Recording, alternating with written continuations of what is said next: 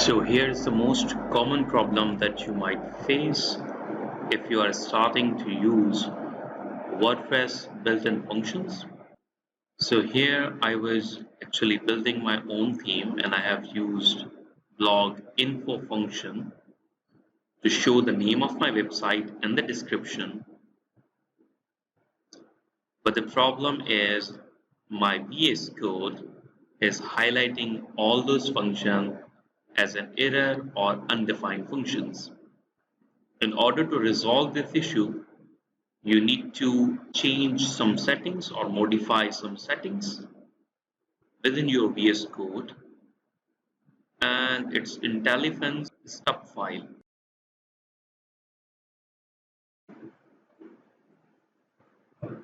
So from settings, I will search IntelliFence stub.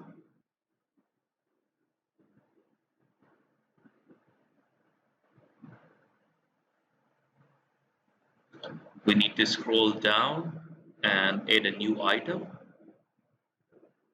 And from this, I need to choose WordPress,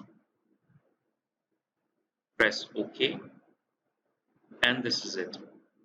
Now your VS Code can understand that the functions that we are using are built in and available within WordPress folder.